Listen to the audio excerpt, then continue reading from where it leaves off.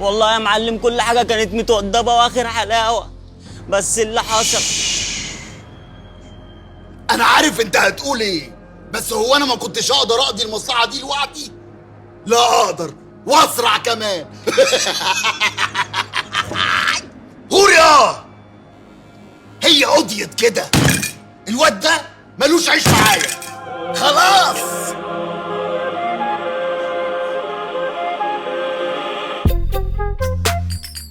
بس الواد برضه دماغه حلوة حلوة، مش معقول يضحي بنفسه علشان شوية بضاعة وفلوس، صح ولا ايه؟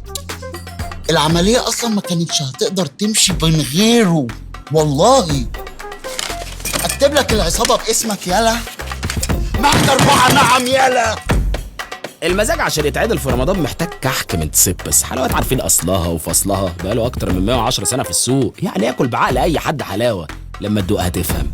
اقول لك على حاجة، الواد ده بجد هنا. تسبس الاختراعات ليها اصول.